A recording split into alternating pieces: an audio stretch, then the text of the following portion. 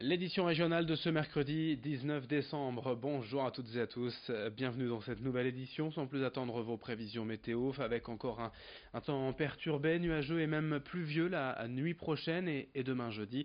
Un flux océanique va également apporter du vent demain et des températures plutôt douces, en tout cas de saison. 9 degrés de prévu en ce mercredi, idem pour demain jeudi.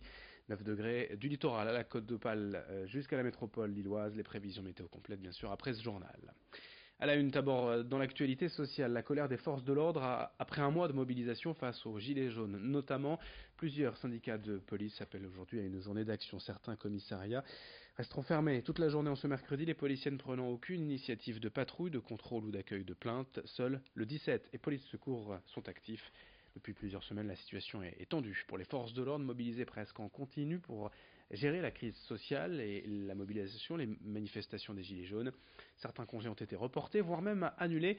Les heures supplémentaires ont explosé depuis un mois et n'ont pas été payées pour l'essentiel. Bref, les policiers en ont ras-le-bol et veulent le faire savoir. Explication avec un responsable syndical Alliance au micro de Vincent Vieillard. Lorsque le collègue fait des heures supplémentaires, donc après sa vacation, il note ces heures supplémentaires. Donc elles ne sont pas payées. Il les note, mais le souci c'est qu'il ne peut jamais les prendre puisque le travail ne le permet pas, ou il y a un rappel, un décalage, ou les repos sont supprimés, etc. Donc c'est complètement aléatoire. Aujourd'hui, on a des collègues qui travaillent en investigation qui travaillent sous le régime de l'astreinte. L'astreinte n'est pas payée. Bon, c'est surprenant, mais c'est comme ça. Les heures de nuit ne sont pas payées. Enfin, il y a le collègue qui travaille en nuit et à peine 1 euro de plus, à même pas 1 euro de plus par heure de travail la nuit. Enfin, c'est hallucinant. Enfin, quand on parle de ça, les gens tombent des nues. Mais c'est la situation aujourd'hui. Donc, effectivement, il faut que ça cesse.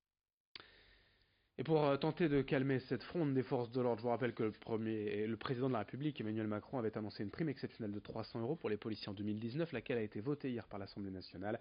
Les négociations entre le ministre de l'Intérieur, Christophe Castaner, et les 3 syndicats de police sont poursuivies aujourd'hui. Affaire à suivre. Dans l'actualité également, le Nord est le tout premier département de France à avoir signé hier la convention d'appui et de lutte contre la pauvreté. Un dispositif annoncé par Emmanuel Macron en septembre dernier, présenté hier par la ministre de l'Espace rural et de l'Aménagement du Territoire à Lille, Jacqueline Gouraud. Cette convention doit permettre au département d'obtenir 50% d'aide de l'État dans la mise en place de leurs différents projets contre la pauvreté. Pour les 3 prochaines années dans le Nord, cela correspond à plus de 50 millions d'euros de financement. De l'argent pour accompagner au plus vite les demandes d'allocataires du RSA, pour leur éviter l'enlisement, mais aussi pour ouvrir de nouvelles places d'hébergement d'urgence ou encore financer l'aide sociale à l'enfance. Explication de la ministre Jacqueline Gouraud au micro de Xavier Silly. En signant cette convention, il ne fait que renforcer son action avec des résultats particuliers. On peut citer 2 choses. La première, c'est la baisse du nombre de RSA, ce qui veut dire que des gens ont trouvé des emplois, sont sortis du RSA pour aller vers l'emploi. Et puis la deuxième chose aussi, c'est d'avoir facilité les emplois francs avec la direction de l'emploi, bien sûr, les services de l'État et Pôle emploi, et qui fait que le département du Nord est le premier département en création d'emplois francs, c'est-à-dire autour de 1200. Donc on voit qu'il y a, on le sait, c'est une tradition dans le Nord, une fibre sociale extrêmement développée. On enchaîne avec un tout autre sujet, quoique ce grand projet de 2 jeunes boulonnais, Étienne et Thomas, ont à peine fini leurs études de commerce, mais début février, ils vont partir dans un tour du monde solidaire. Leur ambition, c'est d'aider les enfants des pays les plus défavorisés en mettant en place divers projets en lien avec la culture, la santé, le sport ou l'écologie. Au programme, 13 pays en Afrique, Asie, Amérique du Sud et autant de projets à concrétiser sur place. Leur rêve a pris forme lors d'un précédent voyage au Zimbabwe. Au contact des enfants, leur vision du monde a changé et ils ont voulu faire plus pour aider les populations. C'est ainsi qu'est né le Children World Tour. La première étape, ce sera en Colombie en février. Explication au micro de Corentin Escaillé. Le deuxième pays, ce sera l'Équateur, où on va travailler dans un petit club des quartiers défavorisés, un club de foot des quartiers défavorisés de Quito. Après, on a trouvé aussi en Afrique, au Zimbabwe, là où on a été, en fait, on va pouvoir emmener des élèves au sein d'un parc, dans un parc naturel pour justement avec les bushman qui sont les locaux, les rangers qui s'occupent de la faune et de la flore, faire toute une sensibilisation.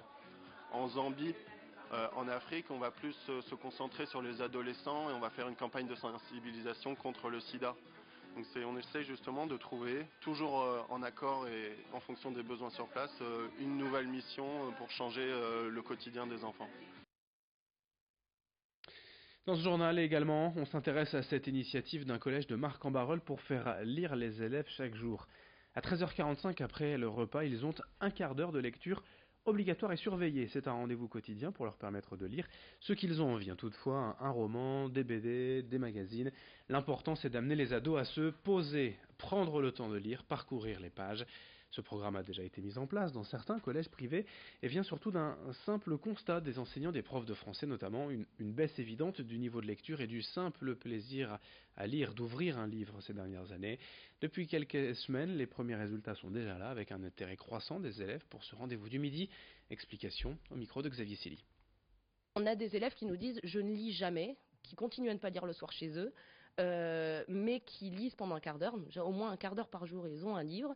On en a d'autres qui nous ont dit bon bah moi avant je lisais pas du tout et puis maintenant comme j'ai commencé mon livre pendant le quart d'heure de lecture le soir je le ressors aussi. Alors ça c'est la victoire, un élève qui nous dit ça c'est merveilleux.